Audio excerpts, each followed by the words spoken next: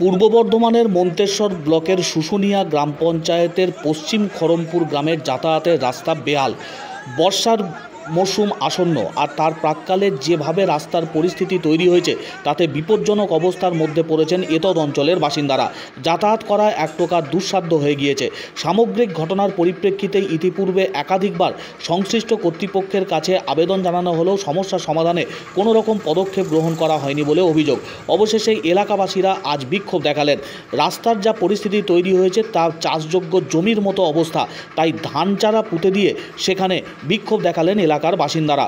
অবিলম্বে রাস্তা সংস্কারের দাবিতে সরব হয়েছেন এলাকার মানুষজন। প্রতিনিয়ত এই গ্রামের মূল সড়ক দিয়ে যাতায়াত করেন প্রচুর বাসিন্দা। স্কুল কলেজের পড়ুয়া থেকে শুরু করে সাধারণ মানুষজন প্রত্যেকেরই যাতায়াত রয়েছে এই রাস্তা দিয়ে। পশ্চিম খড়মপুর এলাকার রাস্তা সংস্কারে কোনো রকম উদ্যোগ গ্রহণ করা হয়নি বলে অভিযোগ করছেন এলাকার বাসিন্দারা। তার অবস্থা এই বামফ্রন্ট লাস্ট এই রাস্তার মেরামতি করে গেছে, সেই থেকে এখনও চলছে।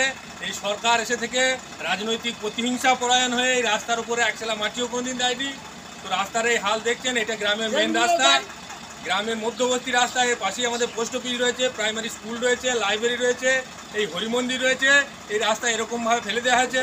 আমরা দীর্ঘদিন বিভিন্নভাবে বিভিন্ন দফায় প্রধানের সঙ্গে দেখা করেছি, কথা বলেছি। প্রধান আশ্বাস দিলেও কোনো কাজ করেনি।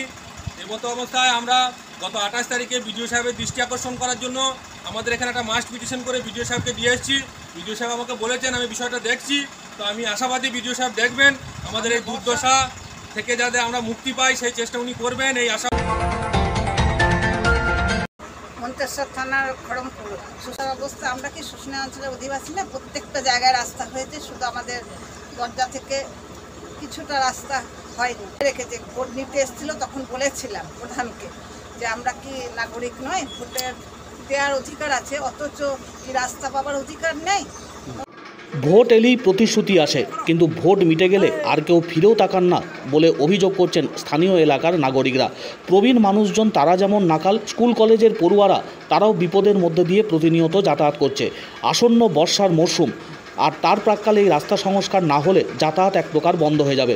ইতিমধ্যেই নিম্নচাপের জেরে বৃষ্টি শুরু হয়েছে মাঝে মধ্যে, তার ফলেই রাস্তা দিয়ে যাতায়াত করা এক প্রকার দুঃসাধ্য। পিছল পথে সাইকেল বা মোটরসাইকেল নিয়ে যাতায়াত করতে গিয়ে বারবার দুর্ঘটনার মুখেও পড়তে হচ্ছে।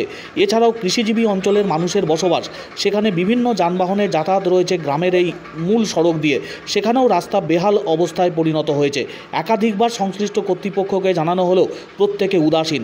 রাজনৈতিক প্রতিহিংসার কারণেই নাকি এই রাস্তা সংস্কারে কোনো রকম গুরুত্ব দেওয়া হয়নি বলে অভিযোগ করেছেন গ্রামের একাংশ, যদিও সেই অভিযোগ উড়িয়ে দিয়েছেন পঞ্চায়েতের কর্তৃপক্ষ। আমার নাম পার্থ ঘোষ, আমি শুশুনিয়া গ্রাম পঞ্চায়েতের প্রধান। আচ্ছা, দেখুন, এইরকম নয় যে পশ্চিম খড়মপুরের রাস্তা হয়নি, একটা জায়গায় একটু খারাপ আছে।